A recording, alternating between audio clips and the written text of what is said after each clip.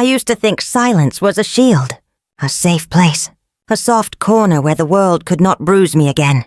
I built a life inside quietness, carefully, secretly, like someone hiding from a storm.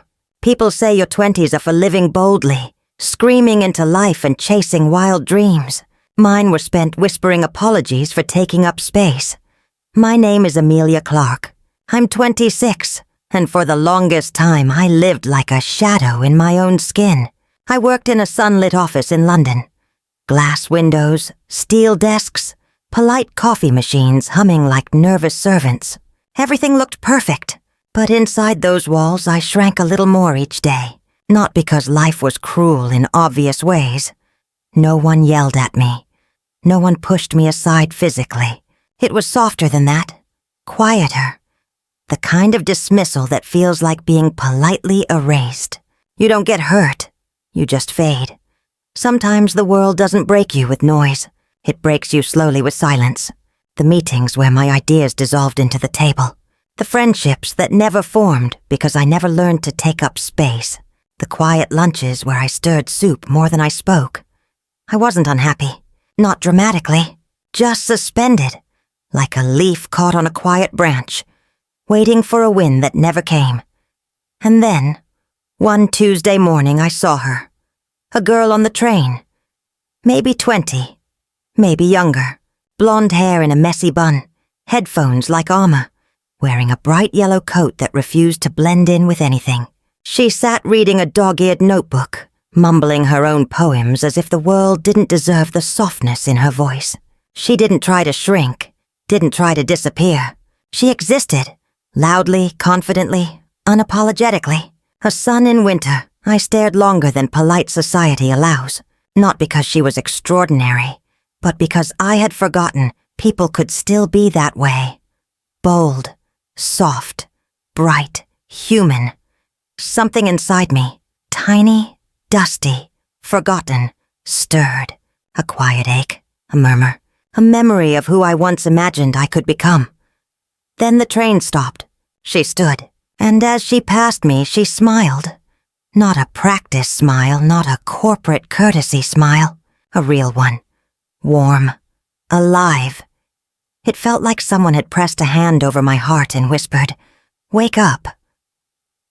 For the rest of the day I felt unsettled, not in a painful way, in the way a frozen river must feel when spring begins to touch it. My thoughts cracked, shifted, thawed. That afternoon during our weekly strategy meeting, I watched my colleagues speak with effortless certainty. Their words weren't always brilliant, but they believed them. Their confidence was loud enough to become truth. When the director paused and asked if anyone wanted to add something, I felt something rise in me. A spark, a breath. My hand lifted halfway, then stopped in the air like a broken wing. Someone else spoke. The moment passed. My chest tightened with familiar disappointment. Quiet, bitter, invisible. After work, I didn't go home. I walked, down long city streets, past bookstores spilling light onto wet pavement, past cafes where steam kissed window glass, past the river that looked like melted stars. London, noisy and alive, moved around me. Breathing, rushing, claiming space. I felt like a ghost, wandering through a world that remembered itself while I forgot myself. I didn't cry. I rarely do. But something inside me cracked open, like the very first tear in a cocoon. I found a bench near the Thames and sat there, hands in my coat pockets, breath fogging in cold air. Around me, life did not wait. People laughed and spilled coffee. A couple kissed like they were in a film. A jogger stopped to tie her shoelace with fierce, carefree focus. A dog barked in pure joy. Everyone seemed to belong to their life.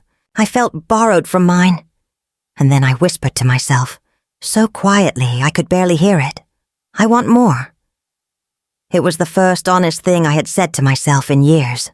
Not louder, not bigger, just more of me. More courage, more presence, more life. That night I didn't walk back to who I was. I walked toward someone I hadn't met yet. Someone brave.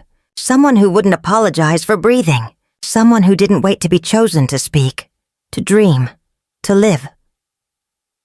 The world didn't change. Nobody handed me a miracle. But something irreversible shifted inside me that night. Not a roar, not yet, just a spark. And sometimes, that's how revolutions begin, with one girl sitting by the river, whispering the first sentence of her new life into the cold night air. I will not disappear. And for the first time, the city didn't seem too big for me. I just felt like I needed to grow into it. Tomorrow maybe I would speak in that meeting. Maybe I would let my voice stumble but exist. Maybe I would buy a yellow coat. Maybe I wouldn't choose silence again. But tonight, I just sat there, breathing, feeling, becoming. The spark inside me glowed quietly, small but stubborn, like a match refusing to die in the wind. Soon it would become fire. I didn't know how yet. I didn't know when. But I could feel the burn beginning. And for the first time in a very long time, I wasn't afraid of it. I was ready. Morning light in London can feel like mercy. Pale quiet, soft enough not to startle you awake, but firm enough to say, stand up anyway. That was the kind of morning I stepped into. The type where autumn air feels like a mirror. Cool, honest, and a little too revealing. I woke earlier than usual, as if something inside me wouldn't let me sleep in the same shape I slept before. My flat was small. White walls, clean shelves, books stacked in polite piles. Like even paper knew how to stay quiet in my space. But for the first time, it didn't feel like a sanctuary. It felt like a waiting room between my old life and the one I hadn't earned yet. I made tea and didn't rush. I let my hands linger around the warm mug, breathing slowly, anchoring myself in the moment. Growth, I realized, doesn't always arrive like a lightning strike. Sometimes it's just not shrinking the same way you did yesterday. When I got dressed, I hesitated at my usual neutrals. Muted beiges and soft grays designed to disappear gracefully into corporate offices. My fingers hovered over a blouse in a shade of soft sky blue. It felt bold for me. Ridiculous, maybe, to call a color bold. But for someone who learned to fold herself into the background, even blue can feel like rebellion. I wore it. On the train, I found myself scanning faces, searching unconsciously for the girl in the yellow coat. She wasn't there. I didn't expect she would be. Still, the space she occupied yesterday felt warm in my memory, like sunlight left over on a seat. The train rattled forward. My heartbeat did the same. I wasn't planning a revolution today. I wasn't prepared to transform into the loudest person in the boardroom, or deliver some grand speech that would echo through glass walls. All I wanted was one small brave thing, one sentence spoken out loud before fear could swallow it. That felt like enough. Our office lobby smelled like coffee, ink, and ambition. People walked in practice strides. Someone joked about deadlines. Another scrolled through emails like they were reading survival maps. I walked slower, not timid, intentional. Like a person testing the ground they finally decided to stand on. My co-worker Grace greeted me. "Morning, Amelia.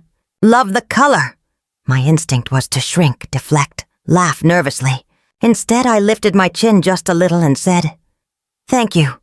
2 simple words. But they landed differently today. Like I wasn't apologizing for being seen. At my desk, I opened my notebook. Blank page. Empty space terrified me. But today it wasn't emptiness. It was permission. I wrote one line at the top, "Do not disappear." Then, almost without thinking, I added another. "You don't have to roar. Just don't whisper yourself away." When the strategy meeting began, I sat straighter. Not dramatic, not stiff, just present. The room buzzed with usual energy. Coffee cups, keyboards, polite laughter. Our director, Mr. Lawson, stood at the front. Crisp suit, calm authority. Voice like someone who never wondered whether words belonged to him. Slides flicked. Plans discussed. Voices chimed in. Confident, fluid, familiar. My heart thudded. That tiny spark from last night flickered again, scared but stubborn. Then it happened. A topic I understood. A problem I had an idea for. The room paused, waiting for opinions. And something in me leaned forward, before I could overthink it, before doubt grabbed my tongue like it always used to. I lifted my hand. Not gracefully, not perfectly. It wobbled like it was learning how to exist outside my lap. For a split second, panic broke through me. Sharp, electric. It wasn't fear of speaking. It was fear of being seen. Mr. Lawson nodded. Yes, Amelia. I inhaled. Shallow. Then a little deeper. My voice wasn't steady. It trembled like a branch in first spring wind. But it existed, I think, I said slowly. If we adjust the onboarding structure, we could improve client transition by focusing on clarity instead of speed. A smoother foundation might reduce confusion and build trust earlier. There it was, my voice, sitting in the air like something newborn and fragile, scared someone might breathe too hard and break it. The silence after was brief, but to me, it felt like the world paused to decide who I was allowed to become. Then he nodded, thoughtfully, seriously. That's a good point, he said. Let's explore that. Just that. No applause. No spotlight. But validation. Quiet and real. Somewhere deep in my chest, something unclenched. The meeting moved on. My pulse slowed.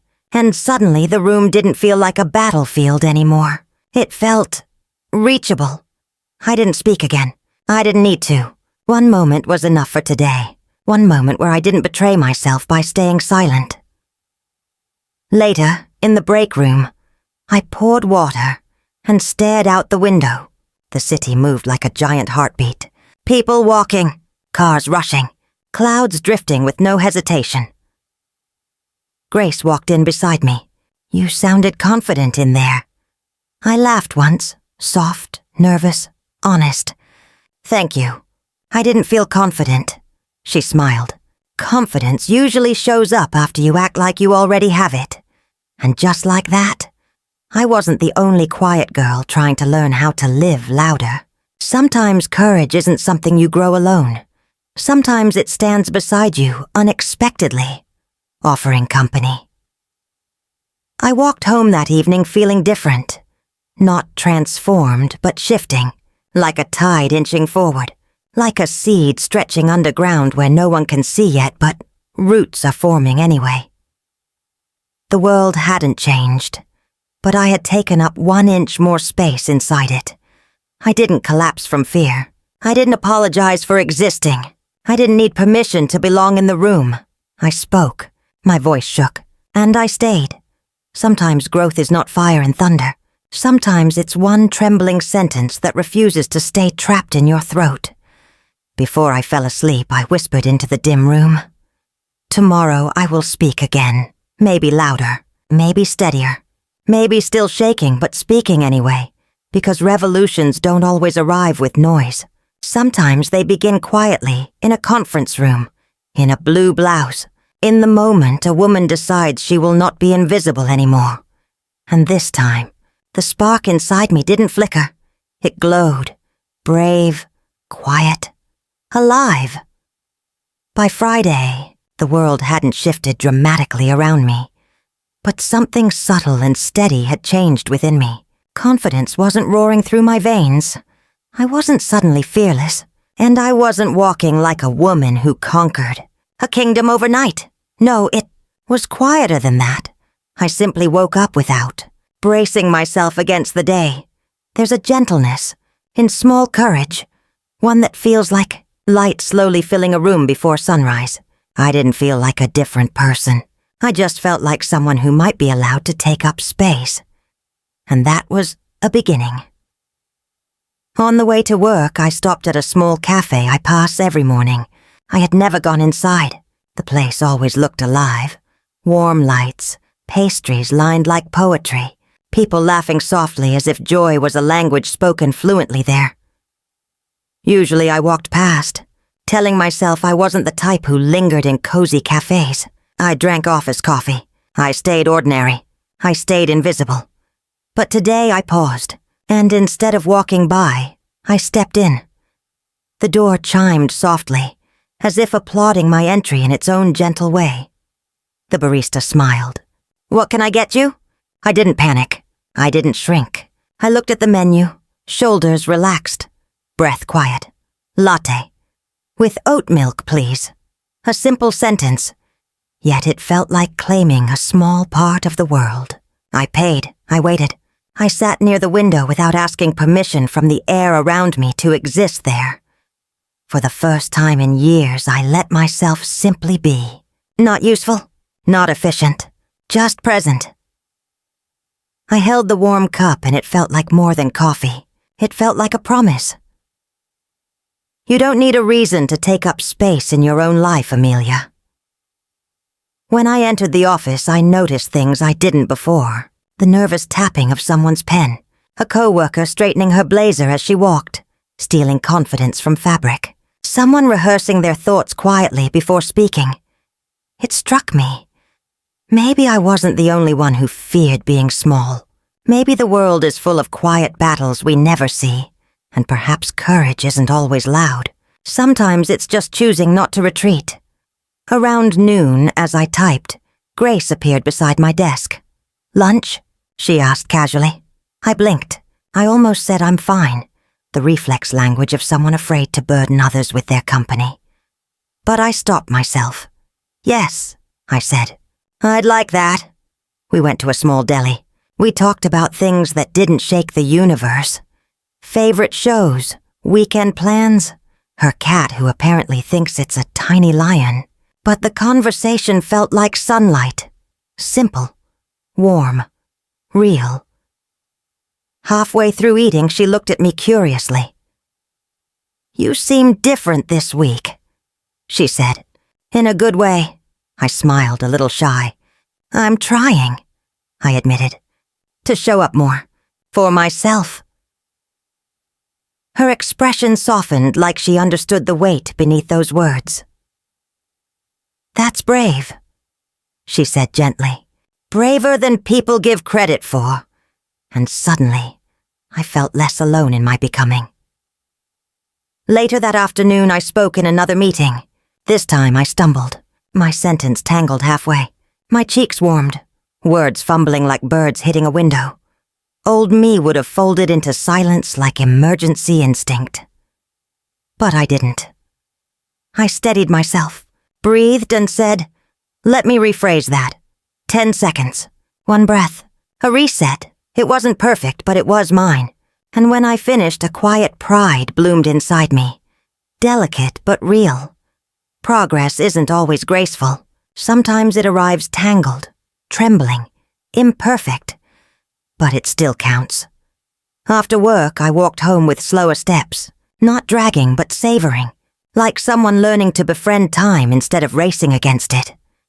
The air smelled like rain-scented stone and warm bakery bread from a street corner shop. London felt different. Not smaller, but suddenly not towering over me either. I reached my building, paused at the door, and whispered to myself, "You are allowed to exist loudly in your own life." I wrote it later in my notebook. I spoke today. I stumbled. I tried again. I didn't disappear. None of it looked glorious from the outside, but inside it felt like revolution written in quiet ink. Self-worth rarely arrives like thunder. Sometimes it grows like ivy, slow, persistent, finding cracks and turning them into life. I wasn't done shrinking yet. Old habits don't vanish in 3 days. But I had started growing. And growth, real growth, is the gentlest rebellion. Before sleeping, I touched my pulse and whispered, "More tomorrow. Not louder, not perfect, just more." And as the city hummed outside, I felt something warm unfurl in my chest. Not confidence, not yet. Hope.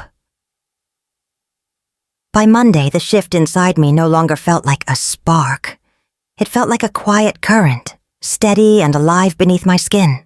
I still woke with nerves. I still questioned myself. But I no longer moved through the world like someone trying not to disturb the air. It's strange how internal change starts showing up in the external world. Not loudly, just noticeable. I walked to work with my shoulders relaxed, not folded. I looked up at buildings instead of down at pavement. I made eye contact with strangers without immediately looking away like I had stolen something. And for the first time in a long time, I didn't feel like I was passing through life unnoticed. I felt present. At the office, my manager passed my desk. He paused, thoughtful, then offered a small smile. "Good contributions last week, Amelia." Usually compliments made me uncomfortable, like they demanded proof I wasn't enough to deserve them. I'd brush them off, deflect, shrink. But today, I didn't run, didn't flinch. "Thank you," I said, voice steady. "I appreciate that." It felt surreal, accepting acknowledgement without shrinking under it. He nodded and moved on. No fireworks, no triumphant soundtrack, just a simple human moment where I didn't choose invisibility. That was enough. Not everyone noticed the change kindly. Later in a meeting, another co-worker, Daniel, always eager to fill silence, spoke over me the moment I began sharing an idea. Old patterns tugged at me gently. "Step back. Let him talk. Your voice isn't urgent." But I didn't retreat this time. I waited for a natural pause, not aggressive, not combative, and then I leaned slightly forward and said, calm but firm. I wasn't finished speaking. 5 words, soft, even, unapologetic. The room stilled for half a breath. No one gasped. No tension erupted. Daniel blinked, surprised but not offended, and motioned for me to continue. It wasn't dramatic. It wasn't a fight. It was just boundary setting. The kind women practice like a second language we were never taught in childhood. I finished my idea. Voice steady. People listened. Life continued. Progress rarely looks cinematic. Sometimes it is as simple as not stepping aside where you used to. At lunchtime, I didn't rush to appear busy or pretend productivity. I walked to a small park nearby, bought a sandwich and sat under a tree with golden leaves drifting around like quiet confetti. Eating alone used to terrify me. It felt like public evidence of not belonging. But today, solitude didn't feel like absence. It felt like presence.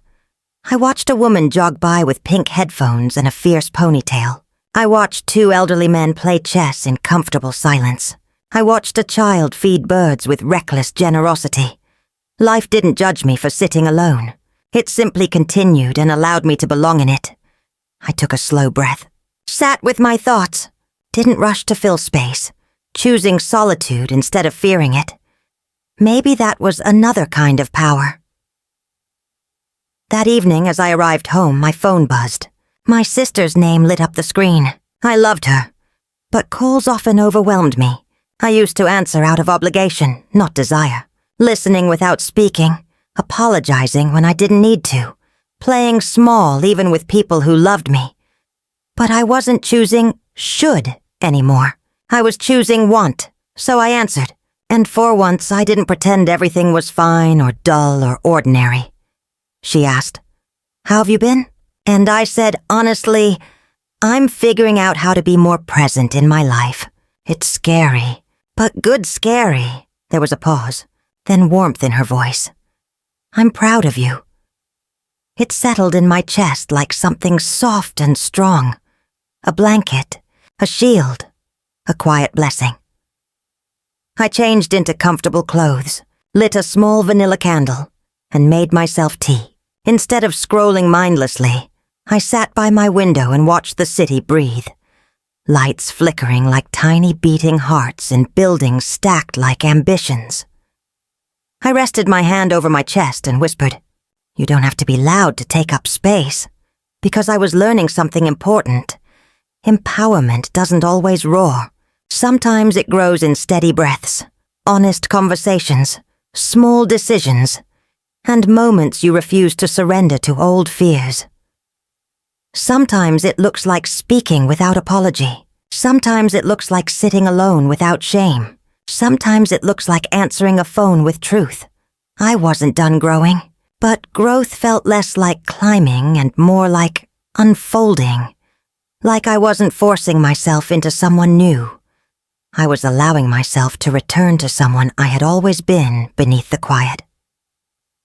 Before bed, I wrote only one line in my notebook tonight. I showed up for myself today. And as I turned off the light, I didn't fear tomorrow. I welcomed it. Soft, steady, becoming. By midweek, I started noticing something unexpected. The world wasn't changing dramatically. No confetti falling from ceilings. No sudden spotlight on me. But people were looking at me differently. Not because I had become louder or bolder or dazzlingly confident, but because I had stopped disappearing. It's astonishing how presence has its own gravity. When you stop folding into yourself, life begins to unfold back. In the morning meeting, our director reviewed progress reports. Numbers, graphs, forecasts, familiar corporate heartbeat. Then suddenly, Amelia, your onboarding suggestions have already reduced client queries by 22%. Excellent work! My brain paused. My heart stumbled like it tripped on its own rhythm. Everyone looked at me, not with shock, not with surprise. Just simple acknowledgement. Visible. Seen. Part of the room. Not a shadow in it. I didn't rush to minimize it. I didn't wave it away. I simply said, "Thank you." 2 words again, but this time they didn't tremble. Grace shot me a subtle thumbs up across the table. A silent, tiny celebration. It meant more than applause ever could. Later, while waiting for the printer to spit out stubborn sheets of paper, Daniel approached, the same co-worker who once talked over me without noticing. He hesitated, clearing his throat. "Hey, about earlier this week. I didn't mean to interrupt you. You were right to speak up." For a second, I felt that old instinct to say, "It's okay. Don't worry." But I didn't betray myself like that. I smiled lightly. "Thanks, I appreciate that. A fair exchange. Respect for respect. Boundaries acknowledged. No bitterness. No shrinking." Sometimes healing is not confrontation. It's clarity. At lunch, I didn't wait to be invited or pretend I wasn't hungry. I walked into the break room confidently and sat with Grace and 2 other colleagues chatting about weekend plans. I contributed. Not loudly. Not to fill silence. Just honestly. We laughed about office quirks. Someone recommended a book. Grace confessed she once mistook the CEO for an IT technician on her first day. The atmosphere felt easy, like belonging didn't need permission slips. For the first time, I realized community begins where self-erasure ends. My phone buzzed later. An old friend I had drifted from months ago. "Haven't heard from you. Where have you been hiding?" Before, a message like that would have wrapped guilt around my ribs. I would have apologized for vanishing, explained myself, shrunk into apology. But tonight I answered differently. I wasn't hiding. I'm just learning to take care of myself better. I'd love to catch up soon. No apology. No guilt, just truth. And it felt freeing. Sometimes boundaries sound like honesty instead of excuses. When I got home, I stood in front of the mirror, not to critique or tear apart, just observe. I didn't see a dramatically changed woman. I didn't see power radiating. But I saw someone aware of herself. My eyes held steady. My shoulders rested in confidence instead of tension. My presence greeted me instead of hiding behind me. I brushed my hair slowly, like a ritual. Not vanity, kindness.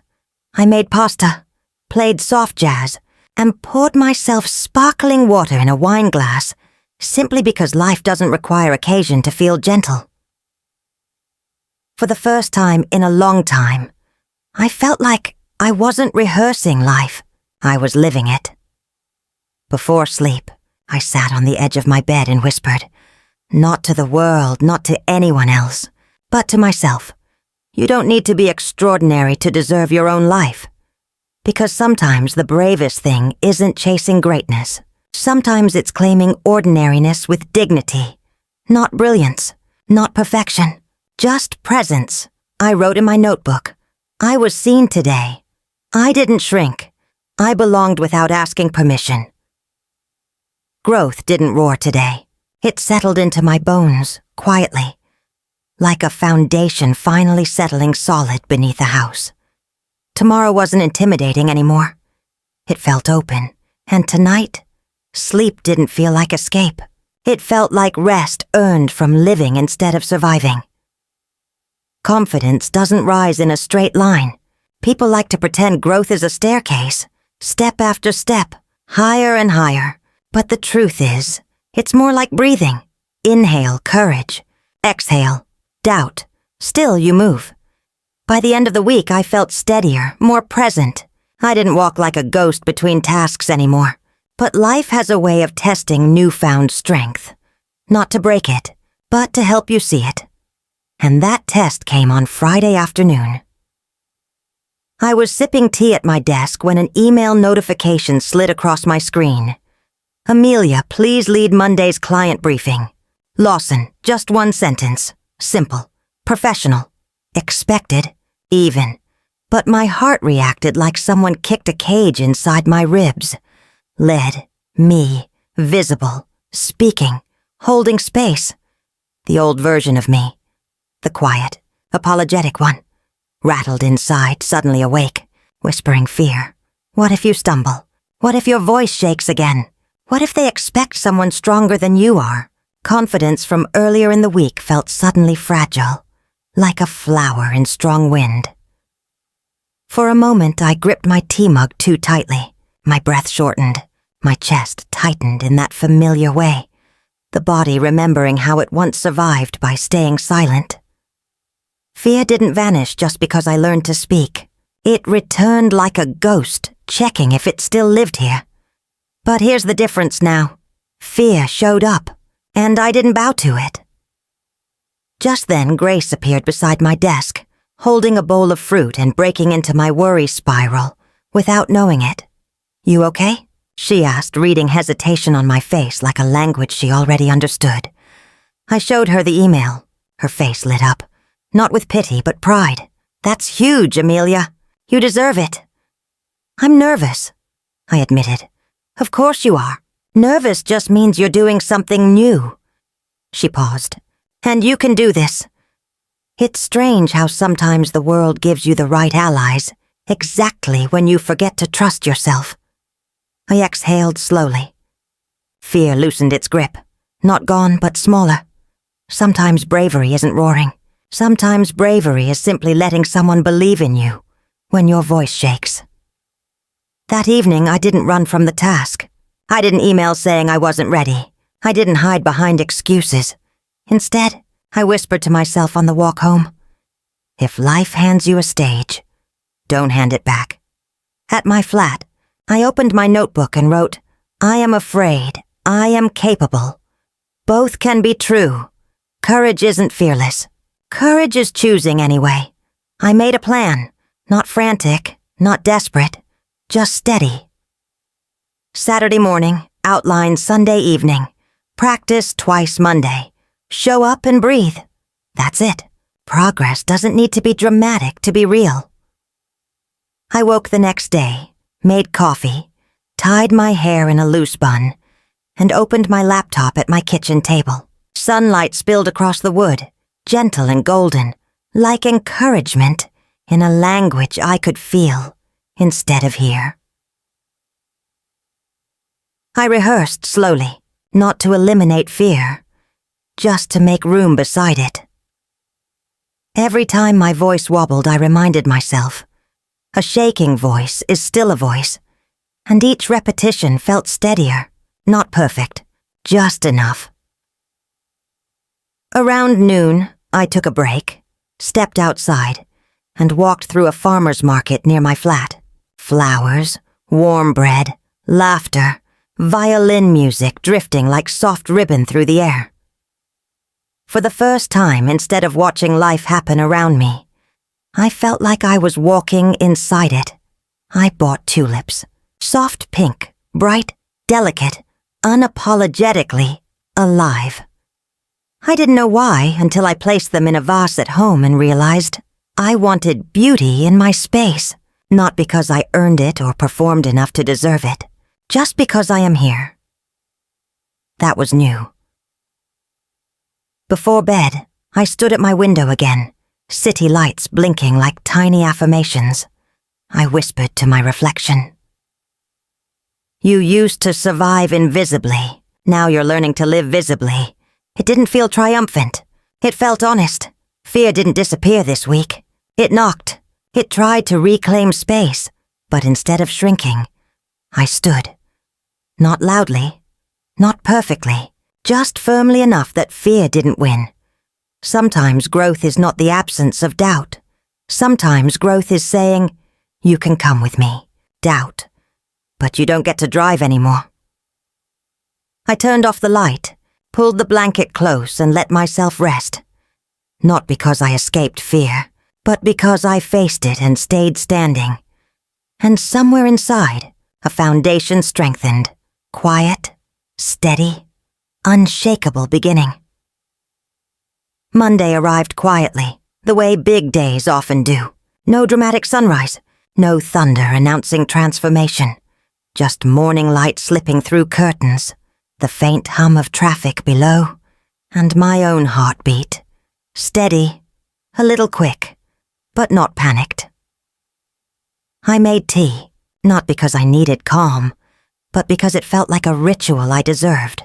Warm hands around a warm mug, grounding, reassuring, real.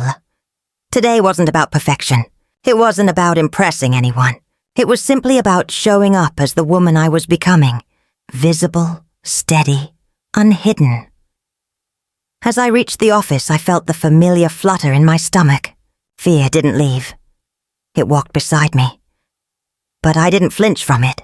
I let it be part of my morning, like background wind. I stepped through the lobby doors and for the first time in years, I didn't enter like someone hoping not to be noticed. I entered like I belonged there. I straightened my blouse, tucked a stray strand of hair behind my ear, and smiled at the receptionist, a real warm smile.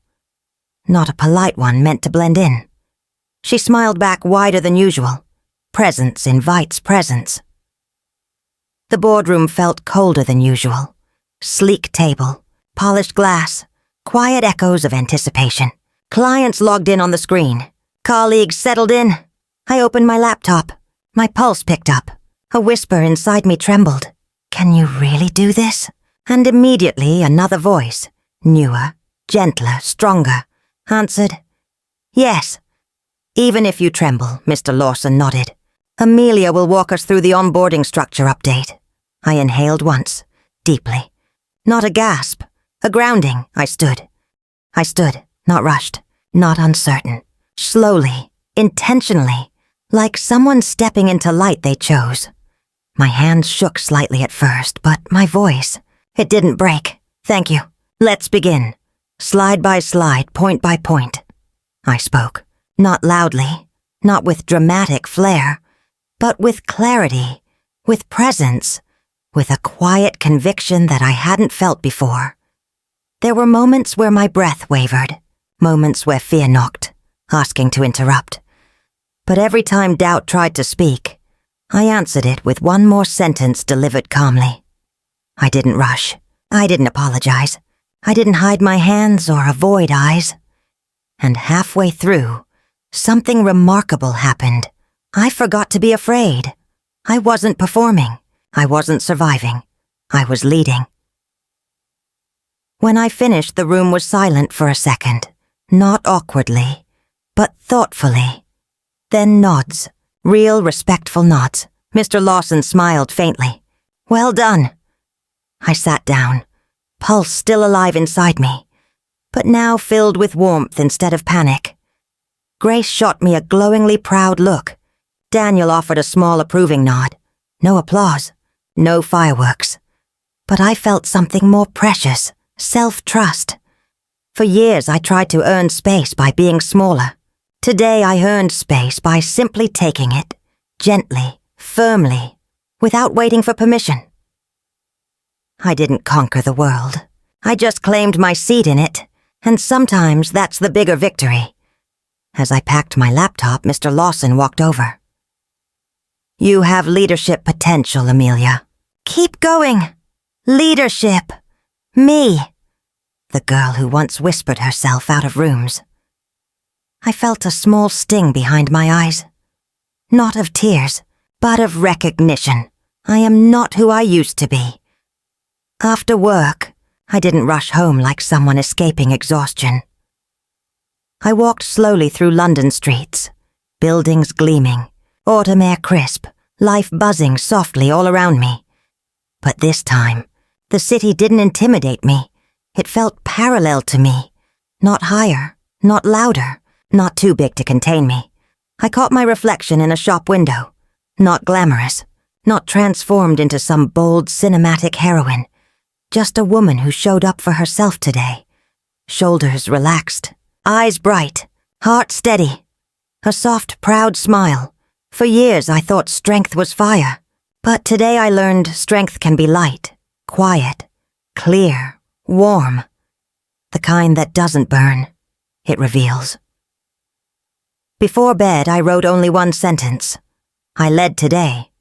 Not perfectly, not fearlessly, but fully. And as I closed my notebook, I felt something deep settle inside me.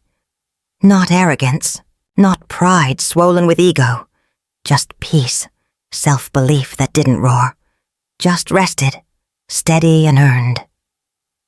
I turned off the lamp and whispered into the dark. There is room for me here. Not trying, not hoping, knowing. And sleep came not like escape, but like reward. Success doesn't erase insecurity. It just gives you softer ground to stand on when doubt returns. The morning after my client briefing, I woke up feeling something new. Not triumph, not pride, but steadiness. Like confidence had finally stopped fluttering like a startled bird in my chest, and instead perched quietly, willing to stay as long as I didn't chase it away with old habits. I stretched, made tea, and stood by my window as the city stirred awake. For years I watched life happen through glass. Distant, unreachable. But now it felt like something I was walking toward, step by gentle step. At work, something subtle but undeniable had shifted. People didn't suddenly treat me like a star. I didn't want that, but they saw me now. They held eye contact longer. They nodded when I walked into a room. My name wasn't an afterthought in conversations. It existed comfortably among others.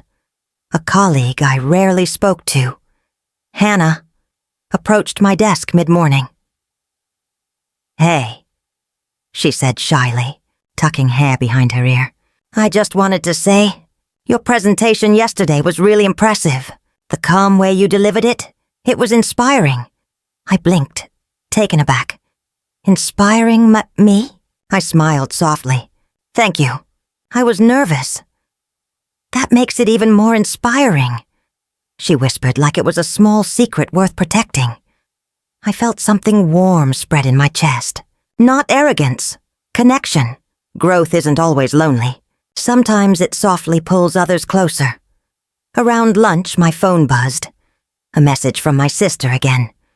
How are you feeling after your presentation? Proud of you. Before, messages like that made me shrink, afraid of the expectation inside them. But today, they made me feel held. I stepped outside for fresh air. Crisp wind brushed my cheeks. Autumn leaves danced across sidewalks like they were practicing freedom. A small thought formed, gentle but brave. Maybe I deserve encouragement. Maybe I don't always have to earn love by being perfect or invisible. That realization didn't arrive loudly. It settled in quietly, like morning light spreading across a floor. Back at my desk, Daniel approached, awkward, unsure, but sincere. A few of us are getting coffee after work. You should come. Old me would have panicked at the invitation, worried about saying the wrong thing, being too quiet, too ordinary, taking up space I hadn't earned. But I wasn't that girl anymore. I looked up, thoughtful. I'd like that, I said. Grace smiled at me from across the room. Subtle, like she was proud and didn't want to embarrass me with the obviousness of it. Belonging doesn't always arrive in grand gestures. Sometimes it's an invitation spoken gently, waiting for you to believe you're welcome. We sat at a cozy cafe, warm lights, latte foam, soft chatter around us. I didn't perform. I didn't overthink every word. I laughed when something was funny. I listened fully. I spoke when I wanted, not only when silence demanded filling. Halfway through, someone asked, "Amelia, have you always been this confident?" I almost choked on my drink. Grace chuckled softly. You should have seen her a few months ago. I smiled at my hands, then lifted my eyes. "No," I said. "I'm learning." They smiled back, kind, encouraging, not judging the journey or expecting a destination. And in that moment, I understood something deeply. People don't only admire finished stories, they respect those who are still becoming. On my walk home, the sky held streaks of pale lavender and gold, the kind of twilight that feels like an exhale. I passed the bookstore I always admired from afar. Usually I walked by, thinking next time. But today I went in. I wandered through shelves, touching spines gently like greeting old friends I had yet to meet. And I bought a journal, thick pages, soft cover, simple and beautiful. For years I wrote to survive. Now, I wanted to write to feel. Back home I lit a small lamp, sat cross-legged on my couch, and wrote my first page. You are allowed to take your time becoming who you want to be. You don't need to rush your voice. You don't need to shrink to be safe.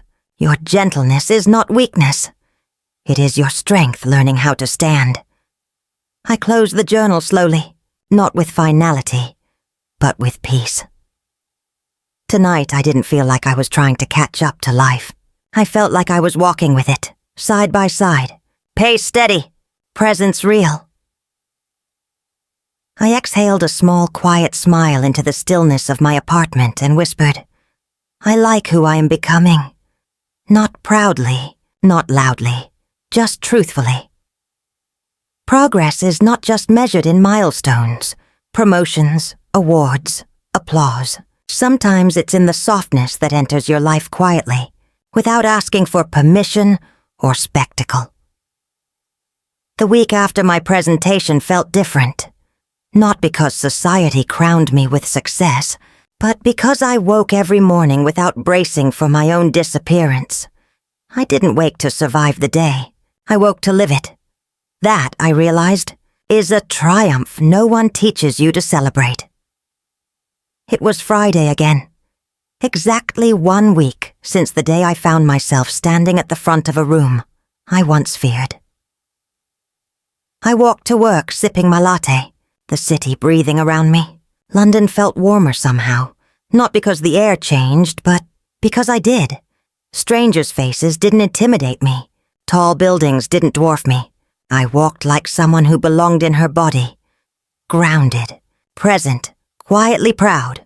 On the crosswalk, a little girl in a pink scarf looked up at me and smiled without hesitation.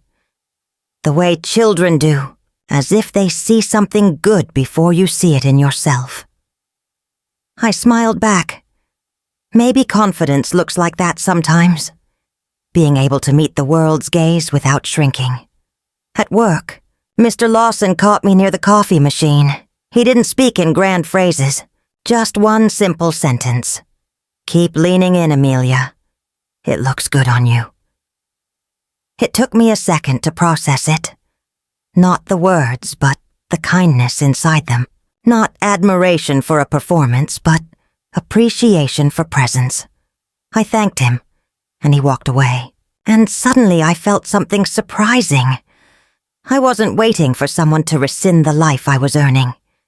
Before, every compliment felt like a loan. Like approval could be taken away if I faltered. Now, recognition felt like a building block, not a gift that could vanish. I wasn't being allowed to belong. I belonged. Later, while grabbing lunch near the office, I saw a young woman sitting alone outside.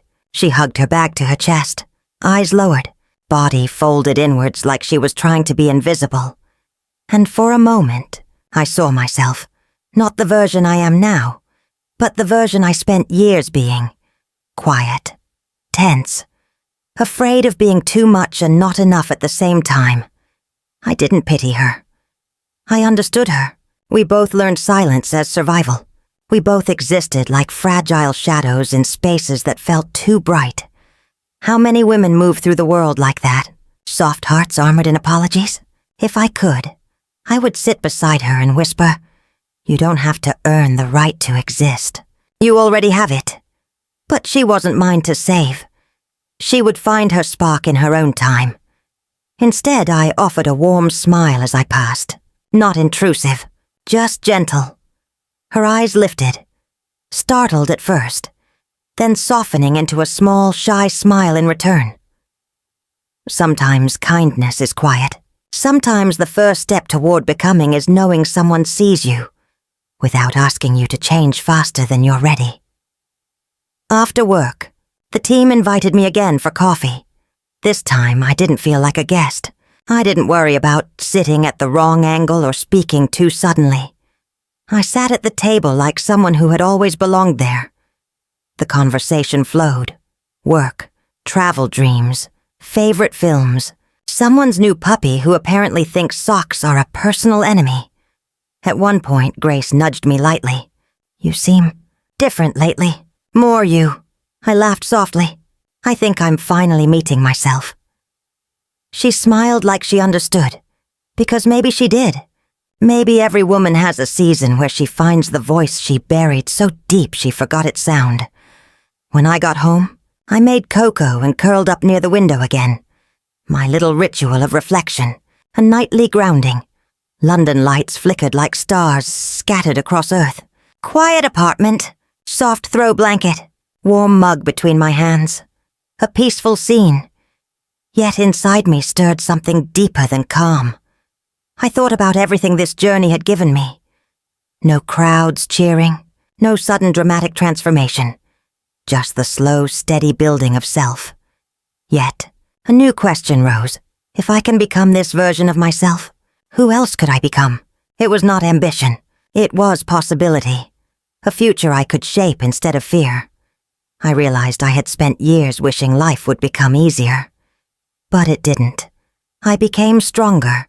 And stronger didn't mean harder, colder, tougher. Stronger meant softer, without collapsing. Present without apologizing. Gentle without erasing myself. Quiet without being invisible. Strength can be tenderness standing firm. Before bed, I wrote one sentence in my journal, the simplest, most real truth of this entire journey so far. I am not waiting to become myself anymore. I am already her. Not complete, not finished, just arrived at the door of my own life with the courage to walk in. For the first time, I didn't feel like a woman transforming. I felt like a woman recognizing herself. And that, I realized, is the quiet triumph many never speak of. Not becoming extraordinary, but finally letting yourself be whole. Becoming yourself isn't a single moment. It isn't fireworks or applause or a dramatic turning point where life bends around you. It's a collection of small choices, steady breaths, trembling steps, and whispers of courage that eventually shape into a voice. I didn't wake up one day transformed. I woke up every day just a little less afraid. And then one morning, without realizing it, I wasn't hiding anymore. It was Saturday. My windows glowed with soft winter sunlight, the city breathing slowly beyond the glass. I stretched under my blanket, not rushing toward the day, not dreading it either. Stillness didn't feel like emptiness anymore. It felt like space, a place I was allowed to rest inside. For years, weekends were recovery from performing normalcy. Now, weekends felt like a continuation of living. I got dressed. Nothing dramatic, just a cozy cream sweater and denim jeans. I braided my hair loosely, tied sneakers and stepped outside. No urgency. Just presence. I walked through my neighborhood. Warm bakery scents drifting from a corner shop. A busker strumming guitar softly near the tube station. Streetlights humming in gentle morning stillness. London hadn't changed. I had. There's a small boutique bookstore near the river. One with tall shelves, brass lamps, and wooden floors that creak like they're letting you into secrets. I had passed it hundreds of times. I never entered. Bookstores used to intimidate me. A place for people who lived confidently in their thoughts, who took up space in ideas and possibility. But today, I walked in, not like a stranger trespassing, like a woman finally stepping into a room she always belonged in. I wandered slowly, fingertips brushing spines, breathing in quiet ink and old paper. I chose a novel soft in tone, character-driven, something to mirror this season of gentle uprising inside me. And then I saw it, a small poetry book titled The Courage to be Soft. I smiled, the kind that feels like recognition. I bought both books, not as a reward, but as a celebration of becoming, of breathing, of not shrinking through life anymore. Later, at a riverside bench, I opened my phone to call my mother. We have a loving relationship, but I always filtered myself, speaking carefully, carrying old fears of disappointing expectations I had invented long ago. This time, I didn't rehearse. I didn't adjust my tone to sound acceptable. She answered, warm as always. "How are you, dear?" I smiled into the wind. "I'm good. I'm really good." She paused, hearing something different in my voice. Something rooted, steady. "You sound happy," she said softly. "I am," I whispered, and I meant it without qualification, without explaining why, without feeling like happiness needed justification. Maybe she didn't know every quiet battle I had fought. Maybe she didn't need to. Sometimes the victory is simply letting someone you love see you standing taller. On my walk home, I passed a glass building, its perfectly polished windows reflecting the city and everyone moving through it. I caught my reflection again. I stopped. But this time I didn't see a woman hiding behind her skin. I didn't see uncertainty stitched into posture or apology in her shoulders. I saw someone who belonged. To the street, to the day, to her life. I lifted my chin slightly, not in arrogance, in acknowledgement. I am here. I am staying. I am allowed. That was the quiet truth I'd earned. Back home, I lit a candle. Lavender vanilla. Warm light painted soft shadows across my living room. I opened my new poetry book and read slowly, savoring each line like a sip of tea. No urgency, no guilt for resting. I wrapped myself in a blanket, sat by the window, and watched light scatter across the river like fallen stars resting on water. It felt peaceful. Not empty, not lonely, just still. Stillness used to terrify me. Now it felt like home. I pulled out my journal and wrote a letter, not to my future self, but to the version of me I grew out of. Thank you for surviving the quiet years. You kept me safe when silence was the only shield I knew. You hid me when I wasn't strong enough to stand. But you don't have to protect me from the world anymore. I don't need to disappear to be safe. You can rest now. I will take it from here. I paused, breathing out gently. No grief, no regret. Just gratitude for the girl who held my place until I was ready to return to myself. Sometimes healing is not becoming new. It's finally coming back. As the night settled, the hum of the city softened, and I sat in soft lamplight with one final thought, settling warm and certain in my chest. I didn't become louder. I didn't become someone else. I became someone I could finally hear. And maybe that's all empowerment really is. Not fire, Not roar, not armor, just presence. Just self-respect. Just gentleness held without apology. Tonight I closed my journal and whispered one last sentence into the quiet. Not as a wish, but as truth earned. I am not a quiet girl living in a loud world anymore. I am a quiet woman who belongs in it.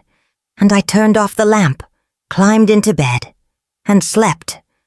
Not escaping life, but resting inside it. Not hiding, not waiting. Home in myself.